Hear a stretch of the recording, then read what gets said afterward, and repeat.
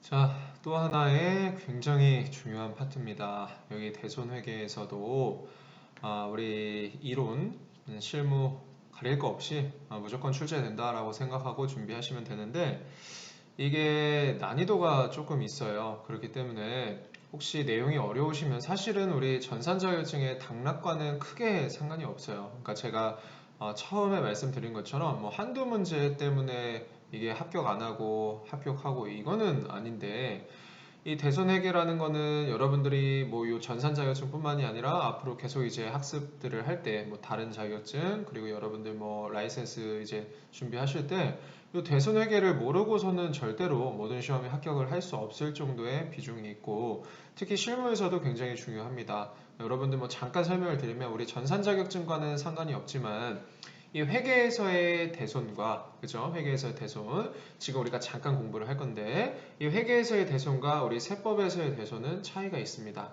그 차이를 우리가 뭐라고 하죠? 그 조정하는 단계를 세무조정이라고 이야기를 하고 그 차이가 왜 발생이 되는지는 한번 생각을 해보세요. 제가 이 대손회계 설명을 드리면서 살짝 언급을 드릴 겁니다. 그리고 그 차이점 위주로 여러분들이 공부를 하셔야 되는데 즉 그 차이가 여러분들이 시험에 나오는 것이고 이 세법인데 법인세법, 소득세법, 부가가치세법 이게 대손이 각각 규정되어 있는 게 달라요. 근데 법인세법에서 이 대손 요건이라는 게 규정이 되어 있고 그 법인세법상 대손 요건을 소득세법에서도 준용을 하고 있고 부가가치세법에서도 준용을 하고 있단 말이죠. 그러니까 공부 순서는 회계에서의 대손 내용을 정리하시고 법인세법상 대손 그 차이 두 개의 차이 그리고 나서 소득세의 대손은 그 내용을 똑같이 준용했구나 정도만 보시면 되는 것이고 부가가치세법에서는 법인세법상 대손 요건을 따라왔는데 추가적인 사항과 이 부가가치세법상 특징으로 대손을 어떻게 인정을 해주는지 즉 대손세 공제 파트까지 여러분들이 정리를 하시면 전부 다 정리한다 라고 생각하시면 되십니다. 자, 같이 봐보도록 할게요. 그러면 회계상 대손이라는 것이 뭐냐? 일반적으로 이렇게 생각하면 되겠죠. 여러분들 우리 앞선 시간에 공부한 것처럼 외상매출금이라든지 어음이라든지 이런 것들이 뭐 다 받으면 너무나 좋겠지만 너무나 아름다운 그림이겠지만 실제로 그럴 수 없다라는 거야. 우리 뭐 세무사 사무실이라든지 이런 데들도 일반적으로 1년 이렇게 영업을 하다 보면 한 20, 30% 많으면 30%까지 대손이 발생이 될 수 있어요. 못 받는 돈들이 흔히 우리는 미수라고 하는데 미수 금액이 계속 쌓이다가 그 업체가 뭐 폐업을 한다라든지 아니면 갑자기 대표가 연락이 두절이 됐다라든지 이런 거 미수가 한 20, 30% 되고 거기에서 또 한 10%가 대손까지 받는 상황이 발생이 됩니다. 그러니까 이런 통상적으로 우리는 대략적으로 그 사업을 계속적으로 하다 보면 어느 정도 예측을 할 수 있다는 거죠. 회계에서는 그러한 영업활동에서 예측이 되는 대손을 어떻게 미리 비용으로 인식을 해야 된다라는 거예요. 왜? 일반적으로 이 회수 가능성이라는 그 용어가 있는데 이 회수 가능성이 낮다고 판단돼서 미리 비용으로 인식하는 것이 정보 이용자로 하여금 더 유용한 정보다라는 거예요. 그런 내용들이 여기 정리가 되어 있고 이 대손상각비 인식 방법은 두 가지 방법이 있는데 여러분들 이미 알고 계시는 것처럼 우리 회계에서는 요 충당금 설정하는 방식으로 한다라고 생각하시면 되세요. 왜 그러냐면 만약에 이 회수 가능성의 판단에 따라서 직접적으로 외상매출금을 차감하잖아요. 무슨 말이냐면 우리 회사 장부에 외상매출금이라고 이렇게 있을 거잖아요.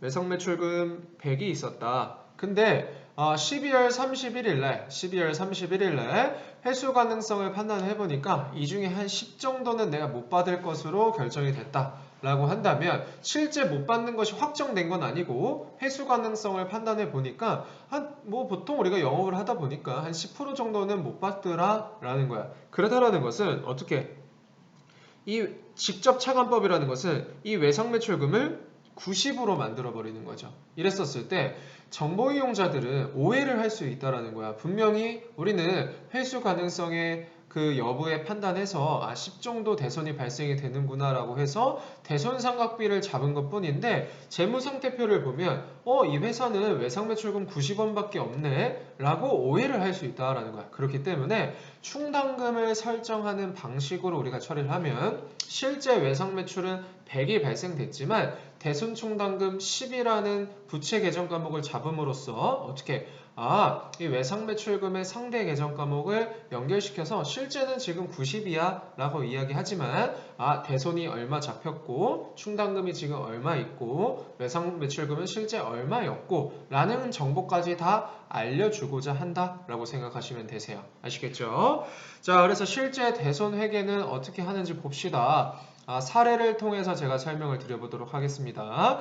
2020년도 12월 30일 날 그 회계기간 말이죠. 회계기간 종료되는 시점에 회수 가능성을 판단을 하는데 지금 현재 우리 회사 외상매출금은 5억 원이래요. 그러면 우리 회사 장부에 외상매출금 5억 원이라고 기록이 돼 있을 것이고 이러한 5억 원 중에 얼마? 870만 원이 회수하지 못할 것으로 예상하고 있다.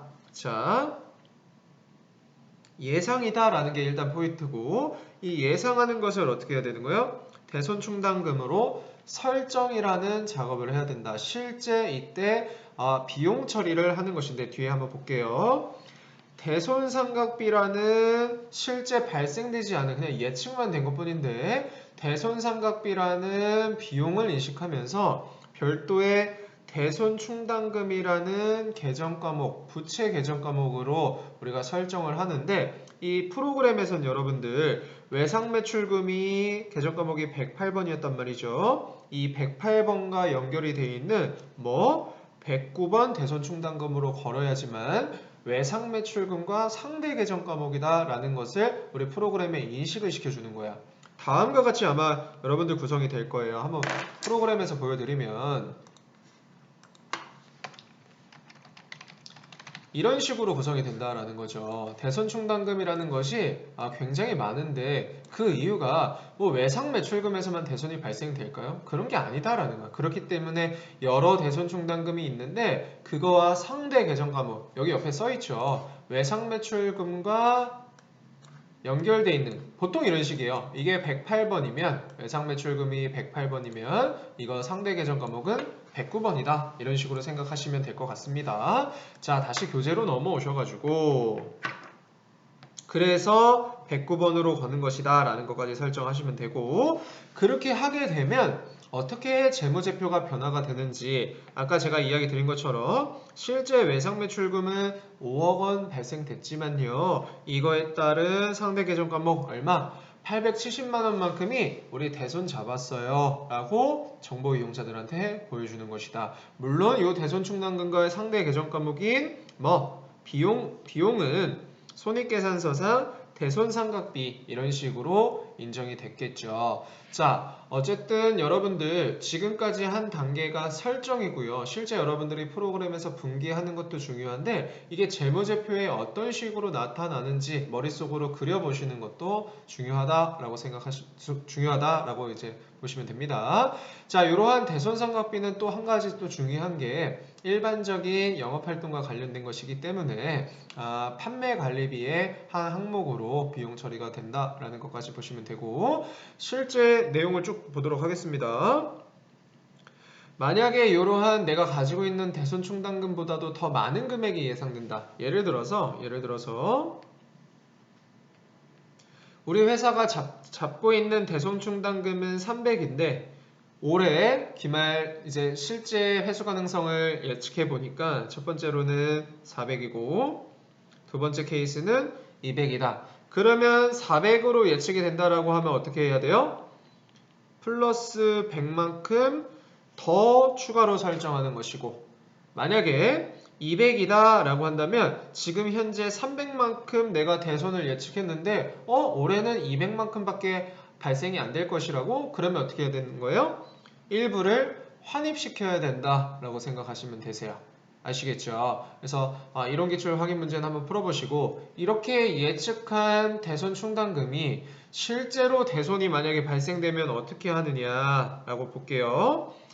실제로 만약에 대손이 발생이 되면 우리는 이미 뭘 했기 때문에 우리는 이미 대손 충당금이라는 걸 잡았기 때문에 별도로 또 비용을 인식하면 안 되겠죠. 당연히 어떻게 해야 된다? 내가 미리 잡아놨던 대손 충당금을 없애면서 실제 대손이 확정이 됐기 때문에 어쩔 수 없이 이 외상 매출금을 없애버려야겠네. 자산이 대변으로 가면 자산의 감소 이런 식으로 되는 것이겠죠. 그래서 실제 대손 충당금이 없어지고 외상 매출금도 차감이 되는 이러한 재무제표가 된다라고 생각하시면 됩니다.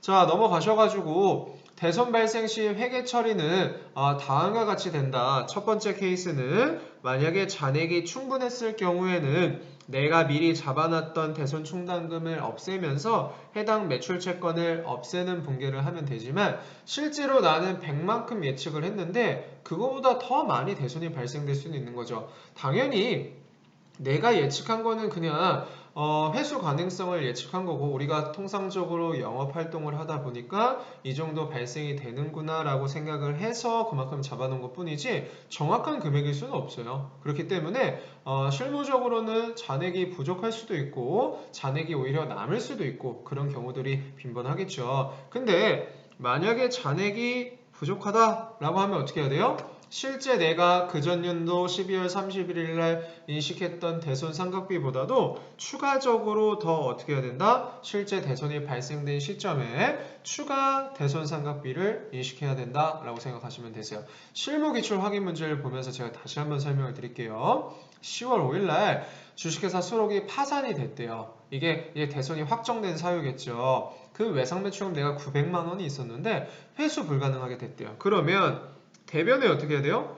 외상매출금 900만원 주식회사 수록계 없어지면서 나는 얼마 대손 충당금을 잡았는지 봐야겠죠. 저는 700만원 밖에 안 잡아놨네요. 그러면 일단은 대손 충당금 700만원 먼저 차감시키고 추가로 뭘 해야 된다? 내가 인식하지 않은 대손 충당금만큼 남은 200만원만큼 그때 즉시 대손상각비 처리를 하면 된다. 만약에 내가 700만원 인식을 해놨는데 설정을 해놨는데 실제 대손이 500만원만 발생이 됐다. 그러면 고민할 거 없죠. 500만원만큼 대손 충당금을 없애면 되는 거니까. 아시겠죠? 근데 실제 이런 경우는 거의 없습니다. 이렇게 주식회사 수록에 파산이 돼서 외상매출금 900만원을 없앴는데 이 주식회사 수록 사장님이 오셔가지고 김 사장 내가 우리 김 사장한테는 돈을 줘야지 하고 실제 현금을 줬대요. 그런 경우에는 어떻게 분개를 하냐? 자, 현금이 들어오면서 상대 계정 과목으로 대손 충당금을 살리는 분개를 한다. 왜 그러죠? 자, 넘겨볼게요. 한번 실무 기출 확인 문제를 볼게요. 실제 3월 12일에 작년도에 대선이 확정돼서 대손 충당금과 상계 처리한 외상 매출금이 55만원 있었는데 그 55만원이 돈이 들어왔나 봐요. 그래서 대손 충당금 55만원을 살렸는데 이렇게 한 이유가 뭐냐면 실제 대손이 발생이 됐었을 때 어떻게 매출 채권과 대손 충당금을 없애는 분개를 했잖아요. 다시 돈이 들어왔었을 때는 반대 분개를 할 거다라는 거야. 실제 대손이 발생됐었을 때 다음과 같이 분개를 했을 거잖아요. 대손 충당금 얼마, 매출 채권 얼마 이런 식으로 했는데 돈이 들어왔대요. 돈이 들어왔다라고 했으니까 이것을 없애는 분개를 해야겠죠. 그리고 현금이 들어왔는데 어떻게? 실제 요 매출 채권과 요 매출 채권이 사라지니까 분개는 결국은 현금이 들어오면서 대손 충당금을 살리는 분개 형식으로 된다. 근데 여러분들 이 과정을 기억하실 필요는 없고 이 순차적으로 분개를 직접 하실 필요는 없습니다. 이렇게 생각하시면 되세요. 우리가 그동안 즉시 비용 처리한다라든지 수익 인식한다라든지 이런 것이 아니었고 대손 충당금이라는 부채 계정 과목으로 내가 미리 비용으로 인식하고 그것으로 실제 대손이 발생되면 사용하고 이런 식으로 분개를 했기 때문에 현금이 들어왔다라고 하면 이 대손 충당금을 살리는 분개, 즉 다시 설정하는 것처럼 이런 식으로 생각을 하시면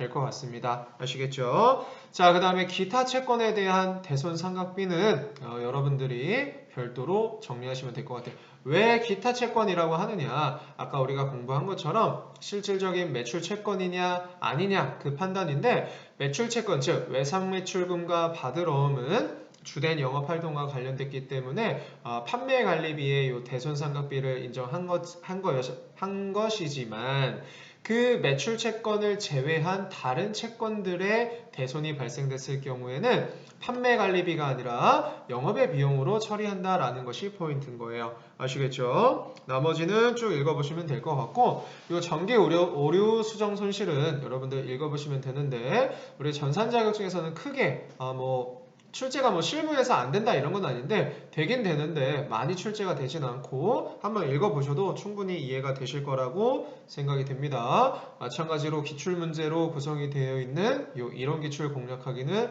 반드시 보시면 될 것 같고, 자 넘어가도록 하겠습니다. 자, 그 다음에 이제 유가증권 파트입니다. 자, 유가증권 파트도 매회 출제된다라고 생각하시면 되십니다.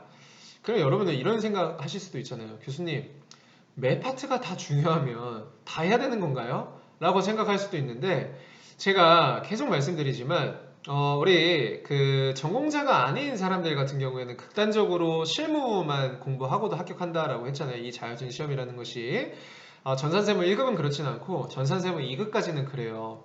그 정도로 이론을 여러분들이 막 이렇게 집중적으로 할 필요는 없어요. 게다가 제가 이렇게 지금 설명을 드리고 있지만 우리 전공자들 같은 경우는 이미 다 알고 계시는 내용들일 거란 말이죠. 그래서 혹시 자격증 시험을 준비한다라고 한다면 그냥 지금 제가 하는 내용들을 빠르게 그냥 복습한다라고 생각하고 들으시고, 중요하긴 중요해요. 왜? 매회 한두 문제 꼭 출제가 되긴 하거든요. 근데 너무 많이 심취해서 이 부분을 막 중점적으로 막 암기하고 우리가 세무사 시험, 회계사 시험 준비하듯이 그렇게 공부할 부분은 아니다라는 거예요. 아시겠죠? 그래서 제가 이제 중간중간에 기출문제를 계속 풀라고 하는 이유가, 풀어보셔라 이렇게 하는 이유가, 이 시험은 결국은 문제은행식의 시험이다 보니까 기출문제가 계속 제일 중요하고, 우리가 이 내용을 다 학습하고 마지막 시간 정도에 한 1, 2회 정도의 기출을 연습을 해볼 텐데, 사실은 그 연습을 하면서도 느껴질 거야.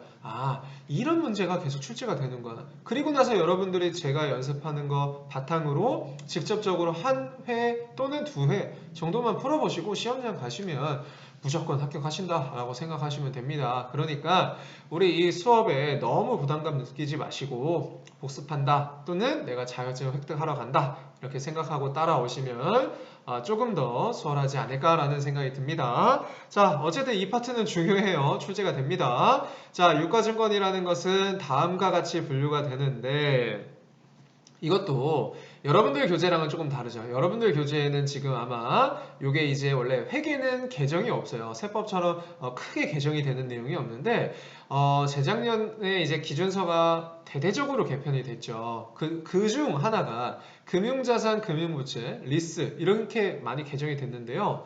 여러분들 지금 교재 보시면 아마도 금융자산 편에 이런 용어가 나와 있지 않을 거예요. 분명히 AC 금융자산이라든지 FVPL 금융자산, FVOCI 금융자산 이런 식으로 분류가 되어 있을 겁니다. 그거는 용어가 바뀐 것이고, 또 하나 그것은 IFRS 기준이고 이거는 일반 기업회계 기준이다. 그래서 이 일반 기업회계 기준은 바뀐 게 없어요. 그래서 혹시 과거에 있는 기출이랑 크게 차이가 없는데, 여러분들 재무회계 이런 거 공부하시다 중급회계 이런 거 공부하다 보면은 과거 기출이랑 용어가 달라졌을 거예요. 그런 것들을 변환하셔가지고 공부를 하셔야 될 것 같습니다. 어쨌든 여기에서 이 일반 기업회계 기준에서는 유가증권을 다음과 같이 분류를 한다. 첫 번째, 단기매매증권은 당좌자산으로 분류가 되어 있는데, 자, 당연히 유동자산이기 때문에 어떻게 회계기간 말 기준으로 1년 이내에 처분할 예정이다. 단기 시세 목적으로 취득하는 것이고, 만기보유증권과 매도가능증권은 투자자산으로서 비유동자산이래요. 비유동자산이라는 것은 회계기간 말 기준으로 1년 이내가 아니고 그거보다도 더 긴 기간 내로 어떻게 유동성 대체가 되는구나 라고 생각하시면 됩니다. 그 중에 첫 번째, 만기보유증권이라는 것은 이미 이름에 포함이 되어 있죠. 저 이거요. 만기까지 보유할 거거든요. 그러한 채권들을 의미하는 것이고, 매도 가능 증권이라는 것은요, 단기 매매 증권은 아니지만 어떻게 회계기간 말 기준 1년 이후의 처분 목적인 주식 또는 채권을 의미한다라고 생각하시면 되세요. 자, 그래서 단기 매매 증권, 여기서 사실 중요한 건 딱 한 문제인데 그 뒤에 나와요. 그냥 일반적으로 그 내용을 쭉 설명을 드리고 마지막에 자격증 시험에서는 이게 제일 중요합니다 라고 설명을 드리긴 할 거예요. 자, 단기 매매 증권이라는 것은 다음과 같이 처리한다 라고 되어 있는데, 일반 기업 회계 기준에서는요, 이 단기 매매 증권의 다른 이름이 단기 손익 인식 금융자산이요. 자, 보세요. 이름에 이미 다 포함이 되어 있어요. 단기 손익 인식, 단기 손익으로 인식하는 금융자산이다 라는 거예요. 단기 매매 증권이라는 건요, 어떠한 사건이 발생이 돼도 다 뭘로 인식하겠다? 단기 손익으로 인식하겠다라는 거야. 일반적으로 자산을 내가 취득했었을 때 들었던 부대 비용은 취득원가의 가산이라는 회계의 원칙이 있는데도 불구하고 이 단기 매매 증권이라는 건 있잖아요. 취득했었을 때 수수료 같은 것들 어떻게 처리하겠다? 영업의 비용에 수수료 비용으로 처리한다. 단기손익으로 인식한다 라는 것이고, 내가 이것을 보유할 때 혹시 배당금을 최근에 삼성전자가 배당금이 이제 지급이 됐죠. 그 배당금이 수령이 됐다라고 하면 영업의 수익으로 배당금 수익 처리하시면 되는 것이고, 내가 만약에 이거 7만원 주고 샀는데 7만 5천 원이 됐다. 그러면 그 평가 이익을 또 어떻게 해야 된다? 영업의 손익으로 처리하면 된다. 전부 다 단기 손익으로 인식하는 것이고, 당연히 처분 시에 처분 이익 또는 처분 손실도 어떻게 처리해야 된다? 단기 손익으로 인식한다 라고 생각하시면 되세요. 아시겠죠? 자, 이론 기출 확인 문제 한번 보도록 할까요? 자, 주식 취득 시점에 1월 2일날 난 다음과 같이 취득을 했대요. 단기 매매 증권 얼마? 200만 원이다. 그러면 취득했었을 때 들었던 비용은 즉시 비용 처리했기 때문에 내 단기 매매 증권은 200만 원이래요. 근데 12월 31일 날 이 단기 매매 증권이 얼마가 됐다라는 거예요. 평가해보니까 250만 원이 됐대요. 그러면 단기 매매 증권을 50만 원 올리면서 대변으로는 어떻게 처리해야 된다? 단기 매매 증권 평가 이익으로 잡는데, 이 단기 매매 증권 평가 이익이 뭐다? 영업의 수익이다 라고 생각하시면 되세요. 당연히 내가 이걸 처분했었을 때 처분 이익이 생긴다라고 하면 그것 또한 당연히 영업의 수익 처리하시면 된다. 그래서 이 내용을 쭉 보시면 되고요. 여러분들 이 단기 매매 증권 실무 시험이라고 되어 있는데 요거는 프로그램에 한번 꼭 입력해 보세요. 이 실무에 굉장히 자주 출제되는 내용입니다.